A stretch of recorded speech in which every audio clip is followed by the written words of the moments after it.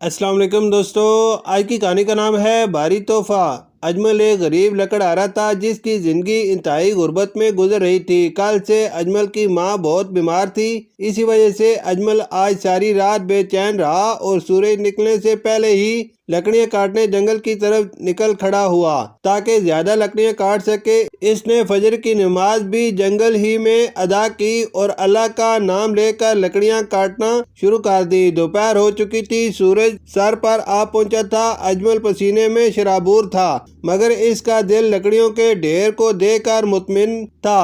اجمل کا جوڑ جوڑ دکھ رہا تھا مگر ماں کا بیمار چہرہ اور بچوں کی بھوک کے خیال سے اپنی تھکن بھول کر محنت کرتا رہا۔ لکڑیوں کا گٹھا باندھ کر جب اس نے کمر پر لادا تو وہ کافی وزنی تھا، اس لیے اجمل آہستہ آہستہ قدم اٹھا کر چلنے لگا۔ ابھی تھوڑی دور ہی چلا تھا کہ اس کا پاؤں پتھر کی ٹھوکر سے مڑ گیا اور پاؤں میں شدید تکلیف ہونے لگی۔ اجمل کی آنکھوں سے آنسو بہنے لگے۔ اس نے التجا بھری نگاہوں سے آسمان کی طرف دیکھا۔ شہزادی ماروخ کو شکار کا بے حد شوق تھا۔ آج وہ شکار کے لیے جنگل کی طرف آ نکلی۔ گھوڑے پر سوار شہزادی نے جب اجمل کو اس طرح زمین پر بیٹھے روتے ہوئے دیکھا تو اس کا دل پسیج گیا اور اس نے پوچھے بنا ہی اجمل کی ساری کیفیت کو بھانپ لیا۔ خان میاں، اپنا گھوڑا اس غریب لکڑہارے کو دے دو، شہزادی نے حکم دیا۔ جی جی حضور، کہتا ہوا سپاہی اپنے گھوڑے سے اترا اور گھوڑا اجمل کی طرف بڑھا دیا۔ اعلیٰ نسل کا گھوڑا، اس پر قیمتی زین اور لگام دیکھ کر اجمل کی آنکھیں ایک بار پھر جھلک پڑیں۔ وہ ہڑبڑا کر اٹھا اور شہزادی کے حضور ادا بجا لایا، پھر اپنی لکڑیوں کا گٹھا گھوڑے کی پیٹھ پر لاد کر سوار ہو گیا۔ بازار میں اجمل جب آن بان سے داخل ہوا تو وہاں پر موجود لوگ کبھی اجمل کو اور کبھی گھوڑے کو حیرت سے دیکھنے لگے۔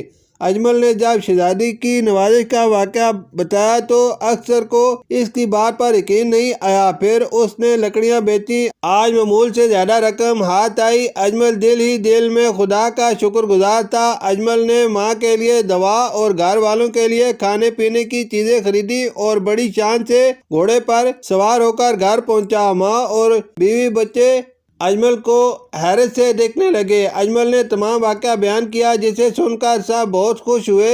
اب گھوڑے کے رکھنے کا مسئلہ درپیش تھا، اس کے چارے پانی کی بھی فکر تھی۔ بے چارے اجمل کے پاس نہ تو بادشاہوں کی طرح استبل تھا اور نہ بہترین قسم کا چارہ تھا جو اس گھوڑے کی خوراک تھی۔ اجمل کو یہ خیال بھی پریشان کر رہا تھا کہ کہیں رات کے اندھیرے میں کوئی چور و چکا گھوڑے کو نہ لے اڑے۔ چند گھنٹوں پہلے جو گھوڑا اجمل کے لیے باعث فخر بنا ہوا تھا، اب وہ اس کو زحمت لگ رہا تھا۔ اجمل ساری رات جاگتا رہا اور گھوڑے کی نگرانی کرتا رہا۔ صبح اجمل ایک فیصلہ کر چکا تھا، وہ اس بھاری تحفے کا بوجھ نہیں اٹھا سکتا تھا، اس لیے وہ اسے شہزادی کو لوٹانے نکل کھڑا ہوا۔ شاہی دربانوں نے جب ایک غریب آدمی کو شاہی اور اعلیٰ نسل کے گھوڑے پر سوار دیکھا تو حیران رہ گئے۔ شہزادی اپنے کمرے کی کھڑکی سے موسم کا لطف لے رہی تھی۔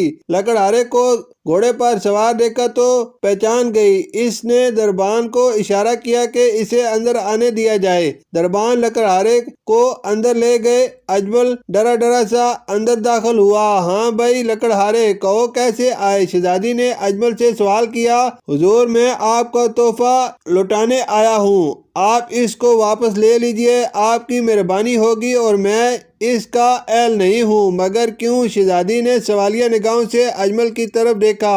دراصل اس کی حفاظت، دیکھ بھال اور کھانا پینا میرے لیے بہت مشکل ہے، اجمل نے نپا تلا جواب دیا۔ یہ سن کر شہزادی کو احساس ہو گیا کہ غریب آدمی کے لیے یہ تحفہ واقعی بھاری ہے۔ اس کے بدلے شہزادی نے اشرفیوں کی ایک تھیلی اجمل کو دی تو اسے خوشی ہوئی کہ یہی میرے لیے مناسب ہے، جس کو استعمال میں لا کر اپنے گھر بار اور کاروبار کو بہتر بنا سکتا ہوں۔ اور شہزادی ماروخ اس کے چہرے پر خوشی دیکھ کر مسکرانے لگی۔ شکریہ۔